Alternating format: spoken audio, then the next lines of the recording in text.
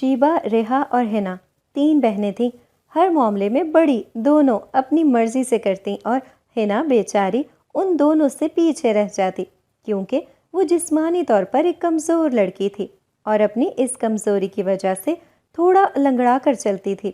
ان کے والد مولوی تھے اور وہ اپنی تینوں بیٹیوں کے رشتوں کے لیے بہت پریشان تھے۔ وہ ایک غریب شخص تھے اور اپنی بیٹیوں کو بہت سارا جہیز نہیں دے سکتے تھے۔ انہوں نے کچھ پیسے جمع کر رکھے تھے جن کو وہ ان کی شادی کرنے کے لیے استعمال کرنا چاہتے تھے۔ ان کی جمع کی ہوئی رقم بے حد معمولی تھی، جس سے وہ ایک ساتھ ہی تینوں بیٹیوں کی شادی کرنا چاہتے تھے، لیکن انہیں مناسب رشتے نہ ملے اور وقت گزرتا رہا۔ بڑی دونوں بہنوں شیبہ اور ریحا کے چہرے پر پختگی چھا گئی تھی۔ ان کے چہرے سے بڑھتی عمر کے آثار صاف دکھائی دینے لگے تھے۔ ایک روز ان کے محلے میں شادی تھی۔ وہ دونوں بڑا سج سنور کر تیار ہوئیں اور چھوٹی بہن ہنا کو سب سے ناکارہ جوڑا پہننے کے لیے دے دیا۔ ہنا کو وہ بدرنگا جوڑا بالکل پسند نہیں آیا تھا، لیکن وہ اچھی طرح جانتی تھی کہ بڑی دونوں بہنوں سے بحث کرنے کا کوئی فائدہ نہیں ہے، کیونکہ ان دونوں کی آپس میں دوستی تھی اور ہر بات میں وہ ایک دوسرے کی طرفداری کرتی تھیں۔ اکثر وہ چھوٹی بہن ہنا پر اپنا حکم چلاتی اور اگر وہ ان کی بات نہ مانتی تو ڈانٹ ٹپٹ کرتی۔ مجبوراً ہنا بیچاری ان کی ہر بات مان لیتی تھی۔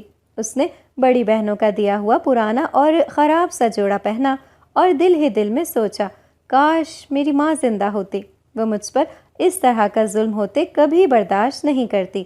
وہ بے دلی سے تیار ہو کر دونوں بہنوں کے ساتھ شادی میں پہنچ گئی۔ بڑی دونوں بہنوں نے خوب چہرے پر میک اپ تھوپ رکھا تھا تاکہ انہیں کوئی پسند کر لے، مگر جب وہ محفل میں پہنچی تو کسی نے نظر اٹھا کر بھی ان کی طرف نہ دیکھا۔ وہ تینوں ایک کونے میں جا کر بیٹھ گئیں اور ارد گرد موجود مہمانوں کا جائزہ لینے لگیں۔ کچھ عورتیں جو اپنے قیمتی لباس اور زیورات سے کافی امیر لگ رہی تھیں ان کی طرف بڑھی تو شیبہ اور ریحا خوش ہو گئیں اور دل ہی دل میں سوچنے لگیں کہ اب ہمارے نصیب کا دروازہ کھلنے والا ہے اور وہ دن دور نہیں جب وہ دلہن بن جائیں گی۔ ان دونوں کے چہرے کھل اٹھے، لیکن آنے والی عورتیں چھوٹی ہنا کی طرف بڑھیں اور اس سے پیار کرتے ہوئے بولیں، تمہارا نام کیا ہے بیٹا اور تمہاری ماں کدھر ہے؟ ہنا نے سر جھکا کر اپنا نام بتایا اور انہیں بتایا کہ اس کی ماں اس کے بچپن میں ہی مر چکی ہے۔ یہ سن کر ان خواتین کے چہرے پر دکھ بھرے تاثرات پھیل گئے۔ ان میں سے ایک عورت نے کہا، دکھی ہونے کی ضرورت نہیں ہے بیٹا، کچھ لوگ اپنی بہت کم عمر لکھوا کر دنیا میں آتے ہیں۔ ہماری دعا ہے کہ تم اپنی زندگی میں بہت سی خوشیاں دیکھو۔ اتنی محبت سے کسی نے نہ جانے کتنے سالوں بعد اس سے بات کی تھی، سو وہ مسکرا دی۔ ان عورتوں میں سے ایک عورت جو سرخ رنگ کا لباس پہنے ہوئے تھی اور بہت خوبصورت دکھائی دے رہی تھی، اس نے ایک جانب اشارہ کیا اور کہا، وہاں میری امی بیٹھی ہوئی ہیں، کیا تم ان سے ملنا پسند کرو گی؟ دراصل میرا ایک بھائی ہے جس کے لیے ہمیں تمہاری جیسی خوبصورت اور معصوم سی لڑکی کی تلاش ہے۔ یہ بات سن کر ہنا شرما گئی، جبکہ شیبہ اور ریحا جل بھن کر کباب ہو گئیں۔ ہنا اٹھی اور ان خواتین کے ساتھ چلنے لگی، مگر ابھی وہ 1-2 قدم ہی چلی تھی کہ وہ خواتین حیرت سے اسے دیکھنے لگیں۔ ان کے چہرے کے تاثرات ایک دم بدل گئے۔ ابھی کچھ دیر پہلے جہاں محبت تھی، اب وہاں بیزاری کے سوا کچھ نہ تھا۔ چالاک شیبہ اور ریحا 1 سیکنڈ میں سارا معاملہ سمجھ گئیں اور منہ پر ہاتھ رکھ کر کھی کھی کرنے لگیں۔ ان خواتین میں سے ایک خاتون بولی، رہنے دو بیٹا، تمہیں بلا وجہ زحمت دی، معاف کرنا۔ ہنا کو اپنی بڑی بے عزتی محسوس ہوئی اور وہ چپ چاپ آ کر واپس اپنی جگہ پر بیٹھ گئی۔ بڑی دونوں بہنوں نے اس کا خوب مذاق اڑایا۔ وہ صبر کے گھونٹ بھرتے چپ چاپ بیٹھی رہی۔ گھر واپس آ کر بھی ان دونوں نے اس کا پیچھا نہ چھوڑا اور اس کا مذاق اڑاتی رہیں۔ رات کو دونوں بہنوں اور اپنے بابا کے سونے کے بعد ہنا کمرے سے باہر نکل گئی اور بستر سے اٹھ کر باہر آ کے پیڑ کے نیچے آ کر بیٹھ گئی۔ اسے تنہائی میں سکون ملتا تھا اور اندھیرا بہت پسند تھا۔ آسمان پر 14ویں کا چاند چمک رہا تھا اور اس کی روشنی زمین والوں کو سیراب کر رہی تھی۔ ہنا نے چاند کی طرف دیکھا اور کہا، کاش میں بھی تیری کوئی کرن ہوتی۔ رات کو ظالم انسانوں کے سونے کے بعد نمودار ہوتی اور صبح کو ان کو اٹھنے سے پہلے غائب ہو جاتی۔ ہاں، شاید تبھی میری زندگی اچھی گزر سکتی تھی۔ ابھی اس نے یہ الفاظ اپنی زبان سے ادا کیے ہی تھے کہ اسے ایسا محسوس ہوا جیسے کوئی اس کے بہت قریب آ کر بیٹھ گیا ہو۔ اس نے سر اٹھا کر ارد گرد دیکھا، لیکن اسے کوئی دکھائی نہ دیا۔ اسے ایک دم خوف محسوس ہونے لگا اور وہ وہاں سے اٹھ گئی۔ اسی وقت اسے اپنے قریب کسی کے قدموں کی چاپ محسوس ہوئی، جیسے کوئی اس کے قریب سے گزر کر دور چلا گیا ہو۔ وہ تیز تیز قدم اٹھاتی ہوئی کمرے میں چلی گئی اور جا کر اپنے بستر پر لیٹ گئی۔ کچھ ہی دیر بعد وہ نیند کے آغوش میں جا چکی تھی۔ اگلے دن اس کی آنکھ کھلی تو دن نکلا ہوا تھا اور اس کے بابا مسجد جا چکے تھے۔ اسے اٹھتا دیکھ کر بڑی بہن بولی، اگر مہارانی کی نیند پوری ہو گئی ہے تو باہر جا کر پانی بھر کر لاؤ کہیں سے، پانی کی موٹر خراب ہو گئی ہے اور اب ہم پانی کے انتظار میں بیٹھے ہوئے ہیں۔ وہ بستر سے اٹھی اور ایک بڑی سی کین اٹھا کر لنگڑاتے ہوئے گھر سے چل نکلی۔ وہ باری باری اپنے سب پڑوسیوں کے گھر کا دروازہ بجا رہی تھی اور تھوڑا سا پانی لینے کی درخواست کر رہی تھی، لیکن سارے تنگ دل لوگ شاید وہیں آ بسے تھے۔ سب لوگوں نے اسے انکار کر دیا اور کوئی نہ کوئی بہانہ بنا کر دروازہ بند کر دیا، کیونکہ شیبہ اور ریحا بھی گلی سے اگر کوئی پڑوسی کچھ مانگنے آ جاتا تو اسے ذلیل کر کے گھر سے نکال دیتی تھی، جس کا خمیازہ آج ہنا کو بھرنا پڑ رہا تھا۔ وہ مایوس ہو کر ایک دروازے کے باہر بیٹھ گئی، کیونکہ اسے معلوم تھا کہ وہ خالی ہاتھ گھر واپس جائے گی تو بڑی دونوں بہنیں اس سے ناراض ہو جائیں گی اور اسے ضرور برا بھلا بولیں گی۔ وہ بہت دیر تک گمسم بیٹھی رہی۔ اسے اس وقت بالکل سمجھ نہیں آ رہا تھا کہ وہ کس طرح اس مصیبت سے نکلے۔ ابھی اسے وہاں بیٹھے کچھ دیر گزری تھی کہ اس کے برابر والے گھر سے ایک خوبصورت جوان لڑکا باہر نکلا اور اسے وہاں مایوسی کے عالم میں دیکھ کر بولا، آپ یہاں پریشان کیوں بیٹھی ہیں؟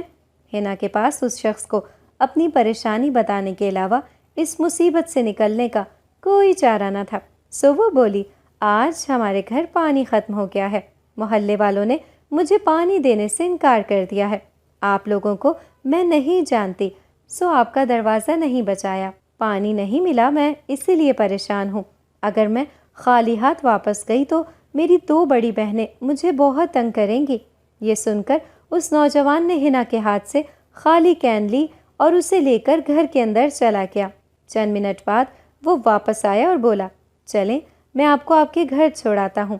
ہنا نے شکر گزار نظروں سے اس کی طرف دیکھا اور چپ چاپ چل دی۔ اب وہ لڑکا اکثر اسے گلی میں ملنے لگا تھا۔ وہ بھاری سامان لے کر جا رہی ہوتی تو آگے بڑھ کر اس کی مدد کر دیتا۔ ہنا کو ایک بات اچھی طرح سے سمجھ آ چکی تھی کہ ساری دنیا ایک جیسی نہیں ہے، بلکہ دنیا میں ابھی اچھے لوگ بھی موجود ہیں۔ ایک روز اس نے ہنا کا بھاری سامان اس کے گھر پہنچایا تو وہ خاموش نہ رہ سکی اور بولی، آپ میری اتنے اچھے انداز میں مدد کرتے ہیں، آپ کا بہت شکریہ۔ آپ کو دیکھ کر مجھے اندازہ ہوا ہے کہ دنیا میں ابھی انسانیت زندہ ہے۔ ہنا کی بات پوری ہوئی۔ وہ مہربان لڑکا جس کا نام کاشان تھا مسکرا دیا اور بولا، کیا تم نہیں جانتی کہ یہ انسانیت نہیں بلکہ کوئی اور جذبہ ہے؟ ہنا حیران ہو کر بولی، کیسا جذبہ؟ کاشان اس کے تھوڑا قریب آیا اور بولا، محبت کا جذبہ۔ میں تم سے شدید محبت کرنے لگا ہوں اور یقین کرو میرے دل میں تمہاری محبت کی جڑ اتنی مضبوط ہے کہ ہر وقت مجھے تمہارا ہی خیال رہتا ہے، نہ کسی کام میں دل لگتا ہے اور نہ ہی رات کو نیند آتی ہے۔ وہ وقت دور نہیں ہے نا جب میں تمہیں اپنی دلہن بنا کر یہاں سے دور لے جاؤں گا۔ وہاں کوئی تم پر اس طرح حکمرانی بھی نہیں کرے گا جس طرح تمہاری دونوں بہنیں تم پر اپنا روب جھاڑتی رہتی ہیں۔ ہنا یہ سب باتیں سن کر حیران رہ گئی۔ اسے بالکل اندازہ نہیں تھا کہ کاشان اسے اتنی گہرائی سے جانتا ہے اور اس سے اتنی شدت سے محبت کرتا ہے۔ اس نے دل ہی دل میں خدا کا شکر ادا کیا جس نے اتنی چاہت کرنے والا شخص اس کی زندگی میں داخل کر دیا تھا۔ اب ہوا کچھ یوں کہ شیبہ کھڑکی میں کان لگائے یہ ساری باتیں سن چکی تھی اور اب یہ سوچ رہی تھی کہ وہ ایسا کیا چکر چلائے جس سے ہنا اور کاشان کے درمیان دوری پیدا ہو جائے اور ہنا کبھی اس سے پہلے دلہن نہ بن پائے۔ اس نے اپنے شیطانی دماغ کو حرکت دی اور دل ہی دل میں منصوبے بنانے لگی۔ اس نے ریحا کو بھی اپنے ساتھ ملا لیا تھا۔ ہنا گھر میں داخل ہوئی تو شیبہ اور ریحا خاموش رہیں۔ ان دونوں نے ہنا سے کسی قسم کا کوئی سوال نہ کیا اور خاموش رہیں۔ اگلے دن سے شیبا نے باہر کے سارے کاموں کی ذمہ داری یہ کہہ کر اپنے سر لے لی کہ تمہیں گھر میں رہنا چاہیے، تم ٹھیک طرح سے نہیں چل سکتی، ہم دونوں کو باہر سے سامان لانے کی ساری ذمہ داری اپنے سر لینی چاہیے، آج سے تم گھر کے کام کرنا، باقی باہر کا کام ہم سنبھال لیں گی۔ اس دن سے وہ گھر کے اندر رہنے لگی اور شیبا بہانے بہانے سے باہر کے چکر لگاتی رہتی تاکہ وہ کسی طرح کاشان سے مل سکے، مگر کاشان نے اسے دیکھ کر مکمل طور پر نظر انداز کر دیا۔ شیبا بات کرنے کے لیے آگے بڑھی تو وہ اسے نظر انداز کر کے آگے بڑھ گیا۔ ہنا نے کاشان کا خیال دل سے نکال دیا۔ وہ اچھی طرح جانتی تھی کہ اس کی بہنیں بہت چالاک ہیں، کاشان اور وہ کبھی ایک نہیں ہو سکتے، سو اسے بھلانے میں ہی بھلائی ہے، ورنہ پل پل مرنے کا کیا فائدہ۔ اس دن کاشان کو پھانسنے کے چکر میں شیبا اور ریحا نے گلی کے بڑے چکر لگائے، لیکن کاشان سے 2 بار سامنا ہونے کے باوجود وہ اس سے بات کرنے میں ناکام رہی تھی۔ دوپہر کو دونوں تھک ہار کر سو گئیں۔ 2 بجے بابا کو کھانا دینے کا وقت ہو چکا تھا۔ ہنا نے بابا کے لیے کھانا پیک کیا اور انہیں کھانا دینے کے لیے چل دی۔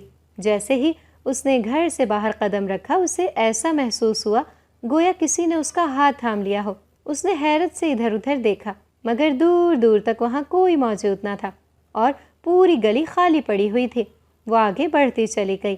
اپنے بابا کو کھانا دینے کے بعد وہ مسجد سے گھر واپس آ رہی تھی کہ اسے گلی میں بے چینی سے ٹہلتا ہوا کاشان دکھائی دیا۔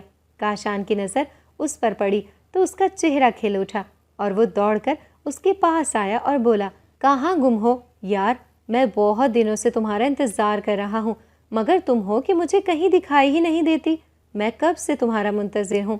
یہ سن کر ہنا کا چہرہ غصے سے سرخ ہو گیا اور وہ کاشان سے دور ہو کر کھڑی ہو گئی اور بولی، بس کر دو، اپنا منہ بند کرو، میں تم میں کوئی دلچسپی نہیں رکھتی اور تم سے نفرت کرتی ہوں۔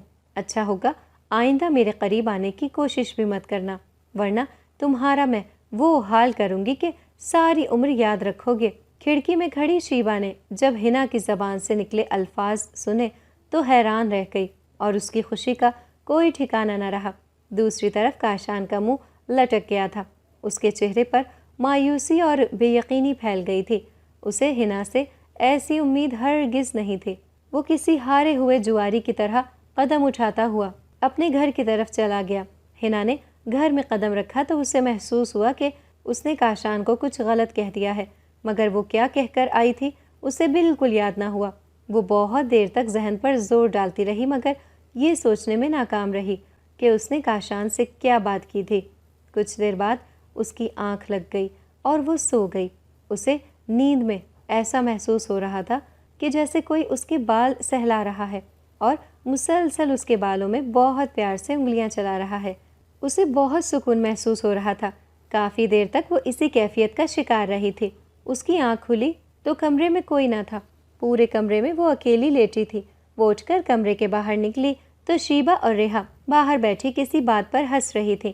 اس نے حیرت سے انہیں دیکھا اور پھر اپنا وہم سمجھ کر دوبارہ کمرے میں جا کر لیٹ گئی۔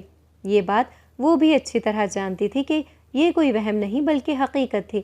اس دن شام کے وقت شیبا اپنے گھر کے چبوترے پر بیٹھی ہوئی تھی کہ اسے سامنے سے کاشان آتا ہوا دکھائی دیا۔ اس نے سیاہ رنگ کا لباس پہنا ہوا تھا، چہرے پر اداسی طاری تھی اور اس کی شیو بڑی ہوئی تھی۔ شیبا نے اس کی یہ حالت دیکھی تو دل ہی دل میں بہت خوش ہوئی۔ وہ اس کے قریب آ کر بولی، مجھے معلوم ہے کہ تم ہنا کی بے وفائی پر اداس ہو، مگر یہ بات میں تمہیں پہلے ہی بتانا چاہتی تھی، لیکن تم نے میری بات سننا گوارا ہی نہیں کیا۔ میری بہن ہنا ایسی ہی ہے، بے وفا اور اپنا مطلب پورا کرنے والی۔ اس نے اب تک کئی لڑکوں کو بے وقوف بنایا ہے۔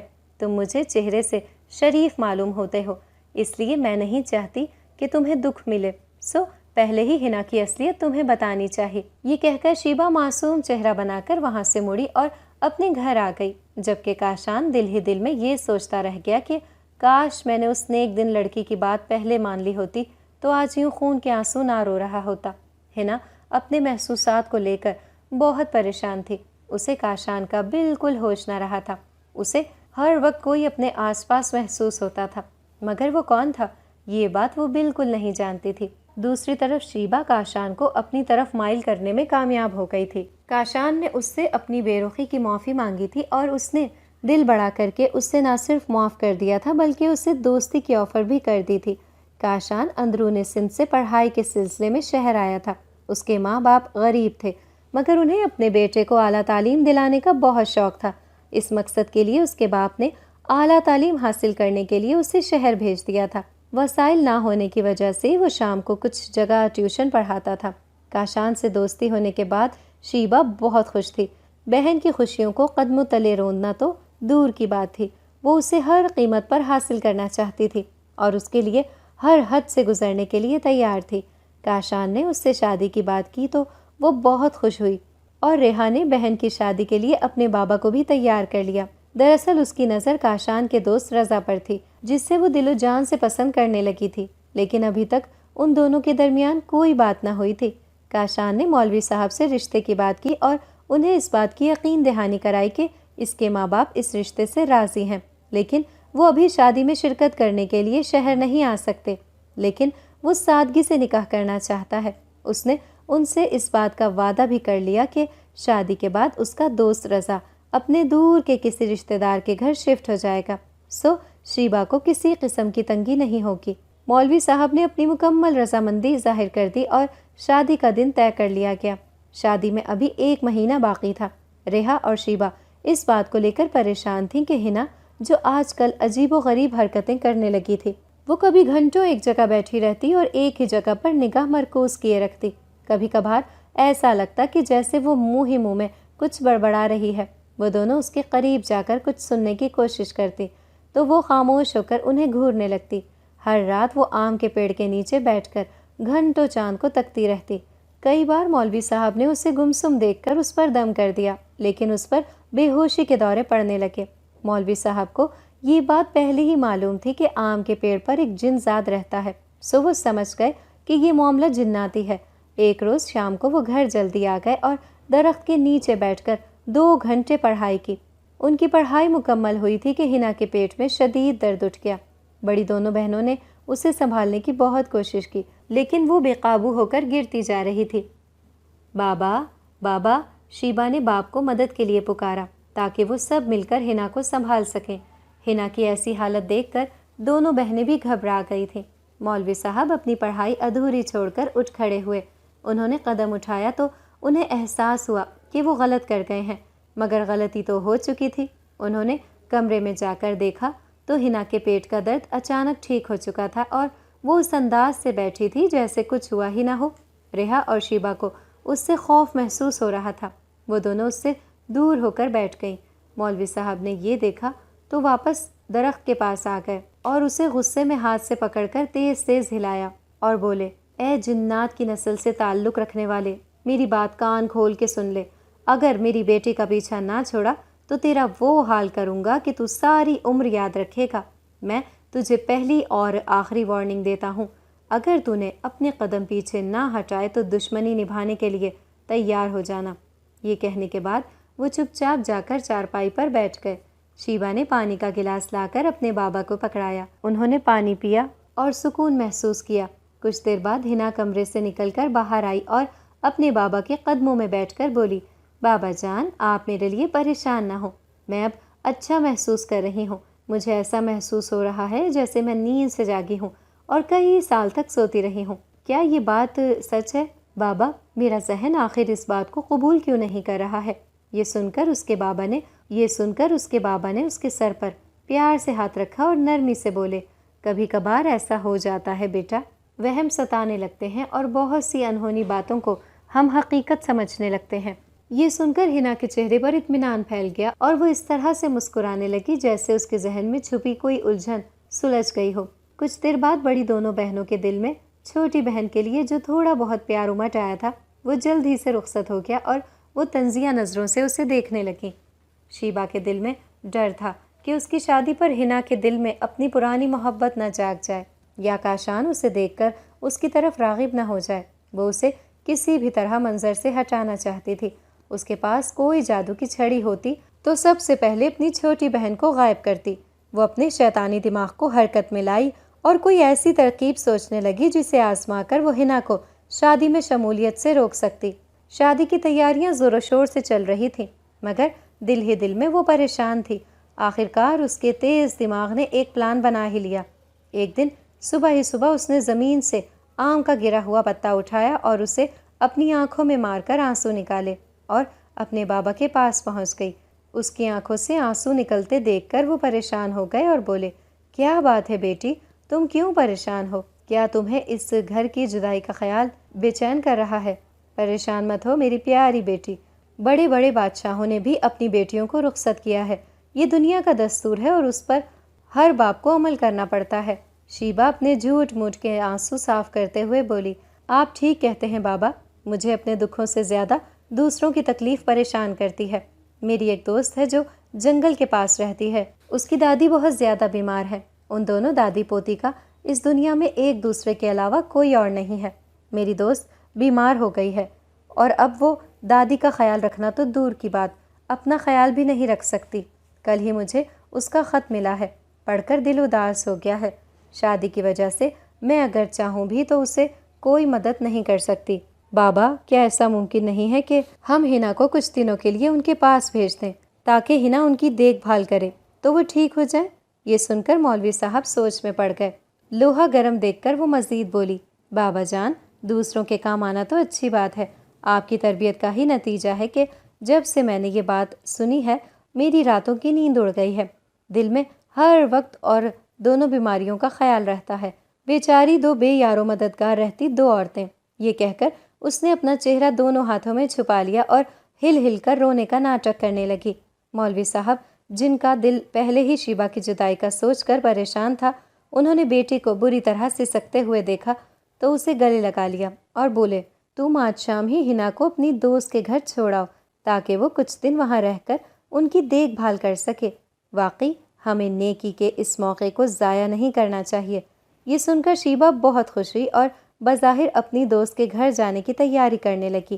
ہنا بھی بے دلی سے جانے کی تیاری کرنے لگی، اپنا گھر چھوڑ کر جانے کا اس کا بالکل دل نہیں چاہ رہا تھا، مگر وہ یہ بات اچھی طرح جانتی تھی کہ بڑی بہنوں کے سامنے انکار کرنے کا کوئی فائدہ نہیں ہے، ہر حال میں انہی کی مرضی اس پر مسلط ہونی تھی۔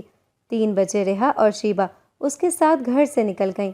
گھر سے نکلتے وقت ہنا نے ایک اداس نظر اپنے گھر کے دروازے پر ڈالی تھی۔ نہ جانے کیوں اسے ایسا محسوس ہو رہا تھا جیسے وہ دوبارہ اپنے گھر واپس نہیں جا سکے گی۔ یہ خیال آتے ہی اس کی آنکھوں میں آنسو آ گئے۔ اس کے پاس ایک چھوٹا سا بیگ تھا جس کے اندر ضرورت کی کچھ چیزیں اور 2 جوڑے تھے۔ ریحا اور شیبا مزے سے چل رہی تھیں، مگر ہنا بیچاری لنگڑا کر چلتے ہوئے تھک چکی تھی، وہ ان سے کافی دور چل رہی تھی۔ وہ دونوں بڑے مزے سے باتیں کرتے ہوئے آگے چل رہی تھیں، کبھی بھاگنے لگتی یا کبھی راستے میں آئے نظاروں سے لطف اندوز ہوتیں۔ وہ تینوں کافی دور پہنچ چکی تھیں۔ شیبا نے مڑ کر دور چلتی ہنا کو دیکھا اور اس کا مذاق اڑانے کے انداز میں ہنس پڑی۔ وہ دونوں رک کر اس کا انتظار کرنے لگیں۔ وہ قریب آئی تو شیبا بولی، کیا تم یہاں سے گھر واپس اکیلی جا سکتی ہو؟ یہ سوال سن کر ہنا کی آنکھوں میں خوف کے سائے لہرانے لگے۔ وہ سمجھ گئی کہ ضرور وہ دونوں اس کے ساتھ کوئی بڑی شرارت کرنے والی ہیں۔ اس کا دل گھبرانے لگا۔ اس نے انکار میں سر ہلایا تو وہ ہنس پڑی اور اس کا ہاتھ پکڑ کر تیز تیز چلتے ہوئے، میں بہت دور آ گئی ہوں، میری ٹانگوں میں درد ہو رہا ہے۔ ہنا نے احتجاج کرنا چاہا تو وہ دونوں مزید تیز چلنے لگیں اور کہا، بس تھوڑا سا دور جانا ہے۔ 3 گھنٹے مسلسل چلنے کے بعد وہ ایک گھنے جنگل میں پہنچ گئیں۔ ہرا بھرا جنگل جنگلی جانوروں سے بھرا ہوا تھا۔ وہ تینوں جھاڑیوں میں چھپ کر بیٹھ گئیں اور تھکن اتارنے لگیں۔ میرے اندر مزید چلنے کی ہمت نہیں ہے، تم لوگ میرے ساتھ یہیں کچھ دیر میرے پاس بیٹھ جاؤ، ہنا نے منت بھرے انداز میں کہا، لیکن ان دونوں پر اس کی منت کا کوئی اثر نہیں ہوا اور وہ بولیں، ہم یہاں جنگلی جانوروں کی خوراک بننے کے لیے تمہارے ساتھ نہیں رک سکتی، تم ایسا کرو کہ یہاں آرام کر لو، ہم دونوں یہاں سے جا رہی ہیں۔ یہ کہہ کر وہ دونوں وہاں رکی نہیں اور وہاں سے چلی گئیں۔ ہنا بے بسی سے ان دونوں کو وہاں سے بھاگتا ہوا دیکھ رہی تھی۔ اس کی آنکھوں سے آنسو نکلنے لگے۔ بہنیں اتنی خود غرض بھی ہو سکتی ہیں، اس نے کبھی سوچا نہیں تھا۔ وہ بے بسی کی تصویر بنی وہاں بیٹھی رہی، اس کی آنکھوں سے آنسو جاری تھے اور دل خوف سے کپ کپا رہا تھا۔ ریحا اور شیبا اس کی آنکھوں سے اوجھل ہو گئی تھیں۔ وہ اپنی دکھتی ٹانگوں کو بمشکل سنبھالتی اٹھی اور ایک چوڑے سے درخت کے پیچھے جا کر چھپ کر بیٹھ گئی۔ اس طرف کوئی جنگلی جانور نظر نہیں آ رہا تھا، لیکن اس کے باوجود اس کا خوف کم نہ ہوا۔ شام ہو چکی تھی اور پورے جنگل میں اندھیرا پھیلنے لگا تھا۔ دن بھر لمبی تان کر سوئے ہوئے جانور بیدار ہو رہے تھے اور ان کی ہولناک جمائی کی آواز پورے جنگل میں پھیل رہی تھی، جسے سن کر وہ ڈر کے مارے اپنے آپ میں سمٹ گئی۔ وہاں سے بھاگنا چاہتی تھی لیکن بھاگ نہیں سکتی تھی۔ جب پورا جنگل اندھیرے میں ڈوب گیا تو اسے اپنے قریب دو آنکھیں چمکتی ہوئی نظر آئیں۔ ہنا کو ایسا محسوس ہو رہا تھا کہ اس کی زندگی کے آخری لمحات ہیں۔ گھبراؤ نہیں، میں وہی ہوں جو ایک عرصے سے تمہارے ساتھ ہوں، لیکن تم مجھے محسوس کرتی رہی ہو، مگر آج میں مکمل طور پر تمہارے سامنے موجود ہوں۔ کیا تم مجھے دیکھنا پسند کرو گی؟ یہ سن کر ہنا بے یقینی کی کیفیت میں آ گئی۔ کیا واقعی تم وہی ہو جسے میں نے ہمیشہ دیکھنا چاہا اور ہاتھ لگا کر محسوس چاہا؟ اس نے سوال کیا تو وہ سر ہلا کر بولا، انسانوں سے محبت کرنا آسان ہے لیکن اسے نبھانا بہت مشکل ہوتا ہے۔ جس روز تمہارے بابا نے ہم دونوں کو جدا کرنے کے لیے پڑھائی کی تھی، اس روز میں بہت تکلیف میں آ گیا تھا۔ مجھے یہ دیکھ کر حیرت ہوئی کہ تم بھی اس وقت درد کی شدت سے تڑپ رہی ہو۔ مجھے تم پر دل و جان سے پیار آیا، لیکن افسوس میں تم سے اپنی محبت کا اظہار کرنے میں ناکام رہا۔ ہم دونوں کے درمیان کچھ رکاوٹیں تھیں جنہیں میں دور کرنا چاہتا تھا، لیکن کچھ وجوہات کی بنا پر دور نہ کر سکا۔ تم تو جانتی ہو ہنا کہ انسان اور جنات کا ملن کتنا دشوار ہے۔ اس کے باوجود آج ہم ایک ہو جاتے ہیں۔ ہم اپنی محبت کی طاقت سے ناممکن کو ممکن بنا دیں گے۔ کیا تم میرے ساتھ ہو ہنا؟ بتاؤ، میرا ساتھ دو گی نا؟ ہنا کو یہ سب خواب لگ رہا تھا۔ اسے ایک دم ایسا محسوس ہونے لگا تھا جیسے وہ کسی مضبوط پناہ گاہ میں پناہ لے چکی ہے۔ آب حیات نامی جن زادے کی پناہ گاہ میں اس کے لیے ڈھیر ساری محبت تھی۔ میں ہر قدم پر تمہارے ساتھ ہوں آب حیات، ہنا نے مسکرا کر کہا۔ اس کے دل میں محبت کا الاؤ روشن تھا۔ اسی وقت ایک بڑا سا شیر اس طرف آ نکلا۔ ہنا ڈر کے مارے آب حیات کے سینے سے لگ گئی۔ شیر کی نظر جیسے ہی آب حیات پر پڑی، وہ ڈر کے مارے حلق سے عجیب و غریب آوازیں نکالتا ہوا وہاں سے بھاگ گیا۔ ہنا نے ایک نظر اسے دیکھا جو اس وقت اسے خوبصورت نوجوان کے روپ میں دکھائی دے رہا تھا۔ اس نے ہنا کا ہاتھ تھام رکھا تھا۔ وہ دونوں عشق کے جہاں میں قدم رکھ چکے تھے۔ اب بہت ساری خوشیاں ان کے دامن میں اترنے کے لیے بے چین تھیں۔ دوسری طرف ریحا اور شیبا مزے سے گھر پہنچی اور اپنے بابا پر بالکل ظاہر نہ کیا کہ وہ دونوں کیا چاند چڑھا کر گھر واپس آئی ہیں۔ شیبا بڑے مزے سے اپنی شادی کے لیے کپڑے سینے لگی۔ کچھ دن گزرے اور جلد ہی اس کی شادی کا دن بھی قریب آ گیا۔ وہ دلہن بن کر اس گھر سے رخصت ہو گئی۔ اس خود غرض اور سنگ دل لڑکی کو ایک بار بھی اپنی زندگی کے اس اہم موڑ پر اپنی چھوٹی بہن کی یاد نہ آئی تھی، بلکہ وہ دل ہی دل میں شکر ادا کر رہی تھی کہ ہنا یہاں موجود نہیں ہے۔ دلہن بن کر وہ خود کو دنیا کی حسین ترین لڑکی تصور کر رہی تھی۔ شادی کی پہلی رات ہی اسے اچھی طرح اندازہ ہو گیا کہ کاشان کا اصل روپ کیا ہے۔ وہ دلہن بنی بیٹھی اس کا انتظار کر رہی تھی۔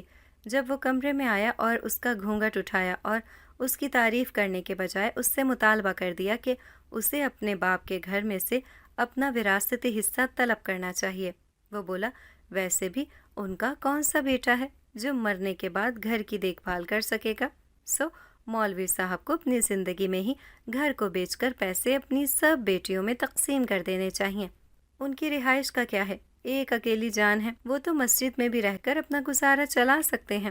یہ قیمتی خیالات کاشان کے تھے جن کا اظہار وہ سہاگ رات میں اپنی دلہن سے کر رہا تھا، جسے سن کر شیبا پر حیرت کا پہاڑ ٹوٹ پڑا تھا۔ کاشان کی بات ابھی باقی تھی۔ وہ مزید بولا، ایک بات ابھی ہی کان کھول کر سن لو، میں یہاں پڑھائی کرنے کے لیے آیا تھا، شادی کرنے کے لیے نہیں، اس لیے مجھ پر ابھی سے بلا وجہ بوجھ مت ڈالنا۔ میرے پاس اتنے پیسے نہیں ہوتے کہ تمہاری فرمائشوں میں اڑاؤں گا۔ دوسری طرف میرے ماں باپ ہیں جنہوں نے بڑی مشکلات برداشت کر کے مجھے اس مقام تک پہنچایا ہے، میری کمائی پر سب سے پہلا حق ان دونوں کا ہے، اور جلد ہی میں ان کو یہاں بلا کر اپنے پاس رکھوں گا، کیونکہ گاؤں میں سیلاب آنے کی وجہ سے ہماری فصل تباہ ہو چکی ہے، اور میرے بوڑھے باپ میں اب اتنی ہمت نہیں رہی کہ وہ دوبارہ سے نئے سرے سے محنت کرے۔ تمہیں ہر حال میں ان کے دل میں جگہ بنانی ہوگی، ورنہ میری محبت میں بھی تمہارا کوئی کام نہیں ہے۔ یہ کہہ کر کاشان نے جیب سے ایک ہلکی سی انگوٹھی نکالی اور منہ دکھائی کے طور پر اسے پکڑا کر خود لمبی تان کر سو گیا۔ شیبا اپنے ساتھ ہوئے زندگی کے اس ڈرامے پر افسوس کرنے لگی۔ کاشان، جسے اس نے اس کی بناوٹی شخصیت سے پہچانا تھا، اندر سے اتنا زہریلا نکلا تھا، یہ بات اس نے کبھی سوچنے کی زحمت گوارا نہ کی تھی۔ وہ آنسو بہانے لگی۔ رات کو نہ جانے کس پہر اس کی آنکھ لگ گئی۔ اس نے خواب میں ہنا کو دلہن بنے دیکھا۔ وہ بہت خوش دکھائی دے رہی تھی۔ سفید شرارے میں وہ آسمان سے اتری کوئی مخلوق لگ رہی تھی۔ شیبا اس سے بات کرنا چاہتی تھی، لیکن جیسے ہی وہ ہنا سے بات کرنے کے لیے آگے بڑھی، اس کی آنکھ کھل گئی۔ وہ ایک دم گھبرا کر اٹھ گئی۔ وہ پوری پسینے میں بھیگی ہوئی تھی۔ اس پل اسے اپنی غلطی کا احساس ہوا کہ اس سنگدل انسان کی خاطر اس نے اپنی معذور اور لاچار بہن کو جنگل میں چھوڑ دیا تھا۔ ہائے بیچاری کو رات کو جنگلی جانوروں نے چیڑ پھاڑ کر کے کھا لیا ہوگا۔ وہ بیچاری تو لنگڑی ہونے کی وجہ سے درخت پر بھی نہیں چڑھ سکتی تھی۔ اسے اپنی بہن کی یاد آئی تو وہ رونے لگی۔ اسی وقت کاشان کی آنکھ کھلی اور اسے روتے ہوئے دیکھ کر اسے غصہ آ گیا۔ اس نے اسے کلائی سے پکڑا اور اسے گھورتا ہوا کمرے سے باہر لے گیا۔ میرے کمرے میں رو دھو کر نحوست پھیلانے کی ضرورت نہیں ہے۔ مجھے فضول میں رونا دھونا بالکل پسند نہیں ہے۔ یہ کہہ کر وہ دوبارہ کمرے میں گیا اور دروازہ لاک کر کے سو گیا۔ شیبا پوری رات باہر اندھیرے صحن میں بیٹھی رہی۔ ہنا جنگل میں آب حیات کے کندھے پر سر رکھے بے فکر گھوم پھر رہی تھی۔ اسے اچھی طرح معلوم تھا کہ وہ اس کے ساتھ بالکل محفوظ ہے۔ جنگلی جانور آب حیات کو دیکھ کر ادھر ادھر ڈر کے مارے چھپ رہے تھے۔ اسی رات اس نے اپنے دوستوں کو شامل کر کے ہنا سے شادی کر لی۔ ایک ویران علاقے میں محل نما گھر کے اندر پریوں جیسا لباس پہنے وہ ملکہ بنی پھر رہی تھی۔ اسے اپنی قسمت پر یقین نہیں آ رہا تھا کہ وہ کسی کے گھر میں اتنی اہمیت بھی پا سکتی ہے۔ آب حیات نے آ کر اس کے بالوں میں تازہ گلاب کا پھول لگایا تو ہنا نے مسکرا کر اس کی طرف دیکھا۔ آپ بہت اچھے ہیں، مجھے اس گھر میں بہت سکون مل رہا ہے، لیکن مجھے اپنے بابا کی یاد آ رہی ہے۔ اس کی آخری بات سن کر آب حیات کے چہرے پر سنجیدگی پھیل گئی اور وہ بولا، میرے ساتھ رہنے کے لیے تمہیں اپنی پچھلی زندگی کو بھلانا ہوگا، اسی میں ہم دونوں کی بھلائی ہے۔ پچھلی زندگی میں واپس جانے کا کوئی فائدہ نہیں ہے، وہاں اب پچھتاوے اور دکھ کے سوا تمہیں کچھ نہیں دکھائی دے گا۔ ہنا نے اپنے فراک کے گھیر کو پکڑا اور بولی، آپ نے تو کہا تھا کہ آپ میری ہر خواہش پوری کریں گے۔ یہ کہہ کر وہ اپنی ناراضگی کا اظہار کرتے ہوئے کمرے میں جانے لگی۔ اس کے پاؤں کی لنگڑاہٹ دور ہو چکی تھی اور اب وہ بالکل ٹھیک طرح چل رہی تھی۔ آب حیات نے ہنا کو کمرے میں جاتے دیکھا اور دل ہی دل میں دکھ سے سوچا، کاش میں تمہاری یہ خواہش پوری کر سکتا۔ میں تمہیں کیسے بتاؤں کہ تمہارے بابا اب اس دنیا میں نہیں رہے۔ تم شاید یہ صدمہ کبھی برداشت نہ کر سکو، اس لیے میں تمہیں غمزدہ نہیں کرنا چاہتا۔ شیبا صبح تک صحن میں بیٹھی رہی تھی۔ بیٹھے بیٹھے دیوار سے ٹیک لگا کر اس کی آنکھ لگ گئی اور وہ سو گئی۔ صبح ہی صبح کسی نے اس کے گھر کا دروازہ دھڑ دھڑایا تھا۔ وہ ہڑبڑا کر اٹھ بیٹھی۔ کچھ لمحات تو اسے سمجھ میں نہ آیا کہ وہ کہاں پر موجود ہے، لیکن جلد ہی اس کے ذہن میں اپنی زندگی کی کہانی تازہ ہو گئی۔ وہ اٹھی اور اس نے دروازہ کھولا تو باہر محلے کے کچھ لوگ جمع تھے، جنہوں نے اسے بتایا کہ اس کے بابا کو ہارٹ اٹیک ہو گیا ہے اور وہ اس دنیا سے رخصت ہو چکے ہیں۔ اس کے سر پر قیامت ٹوٹ پڑی۔ وہ ننگے پاؤں بھاگتے ہوئے اپنے گھر گئی۔ رہا کا رو رو کر برا حال تھا۔ ہنا، میں بہت بری ہوں، میں نے تم سے جینے کا حق بھی چھین لیا اور بابا کا آخری دیدار کرنے کا بھی تمہیں موقع نہ مل سکا۔ میں ایک ڈائن ہوں۔ شیبا اپنا چہرہ نوچتے ہوئے بے ہوش ہو گئی تھی۔ مولوی صاحب کے فوت ہونے کے بعد کاشان نے یہ بہانہ لگا کر کہ اتنے بڑے گھر میں جوان جہان لڑکی کا اکیلے رہنا ٹھیک نہیں ہے، ہم دونوں میاں بیوی کو اس کے ساتھ رہنا چاہیے تاکہ اسے اکیلے پن کا احساس نہ ہو۔ وہ دونوں اسی گھر میں شفٹ ہو گئے اور جلد ہی کاشان نے اپنے ماں باپ کو بھی یہاں بلا لیا۔ اس کے ماں باپ بڑے ہی تیز زبان کے لوگ تھے۔ انہوں نے آتے ہی شیبا کو اس بات کا بھرپور احساس دلایا کہ وہ ان کی پسندیدہ بہو نہیں ہے اور ان کے خاندان میں پسند کی جانے والی شادی کی کوئی اہمیت نہیں ہے اور ایسی لڑکیوں کو عزت کی نظر سے نہیں دیکھا جاتا۔ بات پہ بات شیبا کی بے عزتی کرنا اور ہر معاملے میں اپنی مرضی چلانا ان کی عادت بن گئی۔ ریحا شیبہ کے سسرال والوں کی یہ حالت دیکھتی تو شیبہ سے خوب لڑتی کہ وہ اپنے سسرال والوں کو ان کی حد میں رکھے، لیکن وہ ایسا کرنے سے قاصر تھی۔ منہ سے ایک لفظ بھی نکالنے کی صورت میں اسے کاشان سے باتیں سننا پڑتی تھیں۔ اپنے ہی گھر میں وہ دونوں مجرم کسی زندگی گزار رہے تھے۔ کاشان اور اس کے ماں باپ ہر وقت دونوں کو اپنی خدمتوں میں مصروف رکھتے۔ کبھی اس گھر میں وہ اپنی لنگڑی بہن پر حکم چلاتی تھی اور اب ان کی اپنی زندگی کسی کمتر ملازمہ سے بدتر تھی۔ اس مصیبت سے نکلنے کا کوئی راستہ بھی نہ تھا، کیونکہ کاشان اور اس کے ماں باپ نے ان کے گھر پر قبضہ کر لیا تھا۔ صرف یہی نہیں بلکہ انہیں کھانے کے لیے بھی ان کا بچا ہوا کھانا ملتا تھا۔ کاشان کی ماں اس کھانے پر بھی 100 احسان جتاتی تھی۔ محلے والوں کے سامنے اتنی اچھی بن جاتی جیسے اس سے زیادہ ان کا خیال رکھنے والا کوئی ہے ہی نہیں۔ الٹا لوگ شیبہ سے کہتے کہ وہ خوش نصیب ہے جسے ماں جیسی ساس ملی ہے۔ اسی طرح کئی سال گزر گئے۔ دوسری طرف ہنا نے ایک بچے کو جنم دیا، مگر شاید ان دونوں کی قسمت کے ستارے گردش میں تھے کہ بچہ چند گھنٹے میں ہی دنیا میں سانس لے سکا تھا۔ اس کی یہ اچانک موت ہنا کے لیے ایک بڑا صدمہ تھی۔ وہ بہت دن تک غم کی کیفیت میں رہی۔ اس پر ایک بڑا انکشاف بھی ہوا کہ وہ اب کبھی ماں نہیں بن سکتی۔ ماں بننے کے لیے جن زادے کو چھوڑ کر کسی انسان سے شادی کرنا ضروری تھا۔ آب حیات نے اسے صاف کہہ دیا کہ وہ اپنی زندگی کے ادھورے پن کو دور کرنے اور اپنی زندگی میں اولاد کی کمی پوری کرنے کے لیے اسے چھوڑ کر کسی اچھے انسان کو اپنا سکتی ہے۔ یہ بات سن کر ہنا کا دل تڑپ گیا اور وہ شوہر کے گلے لگ کر دکھ سے بولی، آپ کی موجودگی میں میری زندگی مکمل ہے اور میں آپ کو چھوڑنے کا تصور بھی نہیں کر سکتی۔ آپ نے اس وقت میرا ساتھ نبھایا جب میری سگی بہنیں جنگل میں مجھے جنگلی جانوروں کا لقمہ بنانے کے لیے چھوڑ گئی تھیں۔ اس روز کے بعد اس نے اپنا زیادہ تر وقت لوگوں کے کام آنے میں لگا دیا۔ وہ غریب عورتوں کی مدد کرنے لگی۔ جلد ہی اس کی شہرت دور دور تک پھیل گئی۔ وہ دل کھول کر لوگوں کی مدد کرتی اور دل میں امید لیے اپنے پاس آنے والے لوگوں کو مایوس نہ لوٹنے دیتی۔ ہنا کی دونوں بہنوں کی حالت دن بدن بدتر ہوتی جا رہی تھی۔ ضروریات پوری کرنے کے لیے ان کے ہاتھ پر کوئی 1 روپیہ بھی نہیں رکھتا تھا۔ الٹا ان سے نوکروں سے بھی بدتر سلوک کیا جاتا تھا۔ ایک بار انہوں نے اڑتی ہوئی یہ خبر سنی کہ ایک عورت ہے جو غریب لوگوں کی بہت مدد کرتی ہے۔ ان کی لالچی ساس نے بھی ان دونوں کو مانگنے کے لیے بھیج دیا۔ وہ دونوں خوش تھیں کہ چلو کسی بہانے ہی صحیح ان کے پاس کچھ رقم آ جائے گی۔ وہ دونوں صبح سویرے ہنا کے محل جیسے گھر کے سامنے لوگوں کی لمبی لائن میں لگ گئیں۔ ہنا اپنے کمرے میں ایک قیمتی کرسی پر بیٹھی باری باری آنے والی عورتوں کو ایک نوٹوں سے بھرا لفافہ اور ایک بڑا سا تھیلا پکڑا رہی تھی جس کے اندر کپڑے تھے۔ جب شیبہ اور ریحا کی باری آئی تو وہ دونوں کمرے میں داخل ہوئیں تو ہنا تھکن کی وجہ سے آنکھیں بند کر کے کرسی سے ٹیک لگا کر بیٹھی ہوئی تھی۔ شیبہ اور ریحا اسے اس خوبصورت سے گھر اور قیمتی لباس میں دیکھ کر حیران رہ گئیں۔ شیبہ یہی سمجھی کہ شاید یہ ہنا کی ہم شکل کوئی لڑکی ہے۔ اس نے اسے اس کے نام سے پکارا تو ہنا نے آنکھیں کھول کر ان کی طرف دیکھا اور اپنی دونوں بہنوں کو پھٹے پرانے کپڑوں میں دیکھ کر وہ حیران رہ گئی۔